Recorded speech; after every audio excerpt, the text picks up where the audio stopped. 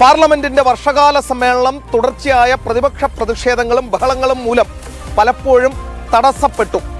11 ബില്ലുകൾ യാതൊരു ചർച്ചയും കൂടാതെയാണ് പാസാക്കിയത്. പ്രതിപക്ഷ സമീപനത്തെ കടന്നാക്രമിച്ച പാർലമെന്ററി കാര്യമന്ത്രി കിരൺ റിജിജുവും രംഗത്ത് വരികയും ചെയ്തു. വാർത്തയിലേക്ക്.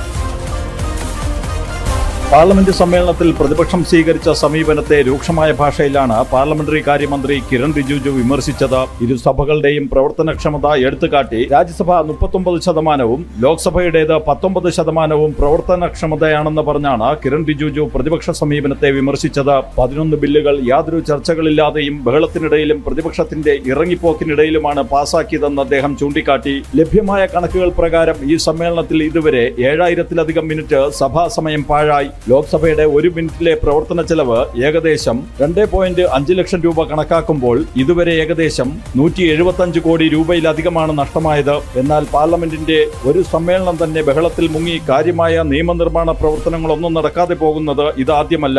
കഴിഞ്ഞ ഏതാനും ദശകങ്ങളിലായി ഇത്തരം നിരവധി സംഭവങ്ങൾ ഉണ്ടായിട്ടുണ്ട്. പാർലമെന്റ് സമ്മേളനം അവസാനിക്കുമ്പോൾ പ്രതിപക്ഷം തുറന്നുകാട്ടപ്പെടുന്നു എന്നതാണ് യാഥാർത്ഥ്യം. സഭയിൽ നിരന്തരം ബഹളം സൃഷ്ടിച്ച് നടപടികൾ തടസ്സപ്പെടുത്തുന്നതിലൂടെ എന്ത് നേടി എന്ന ചോദ്യത്തിന് പ്രതിപക്ഷത്തിന് ഉത്തരമില്ല. നീറ്റ് പരീക്ഷാ ക്രമക്കേടിൽ കേന്ദ്രത്തിനെ വിമർശിക്കാനിറങ്ങിയ പ്രതിപക്ഷം ജാർഖണ്ഡിലെയും പഞ്ചാബിലെയും കർണാടകയിലെയും പരീക്ഷാ ക്രമക്കേടുകളിൽ പ്രതിരോധത്തിലായി. ഡൽഹിയിലെ പാറ്റകളുടെ അക്രമ സമരത്തെ പിന്തുണച്ച പ്രതിപക്ഷം റാഞ്ചിയിൽ വിദ്യാർത്ഥി സമരത്തെ ക്രൂരമായി പോലീസ് നേരിട്ടതോടെ വെട്ടിലായി. അയോധ്യ രാമക്ഷേത്ര വിഷയത്തിൽ പ്രതിഷേധിക്കാനിറങ്ങി സന്യാസ വേഷം കെട്ടിയതിൽ ഇന്ത്യ സഖ്യത്തിനെതിരായ സന്യാസ സമൂഹത്തിന്റെ പ്രതിഷേധം തുടരുകയാണ്. ആഭ്യന്തരമന്ത്രി അമിത്ഷാ സഭയിൽ സംസാരിക്കാമെന്നറിയിച്ചിട്ടും പ്രതിഷേധം തുടർന്നതോടെ സഭയിലെ ചർച്ചകളിൽ നിന്നും പ്രതിപക്ഷം ഒളിച്ചോടുകയായിരുന്നെന്ന് വ്യക്തമായി.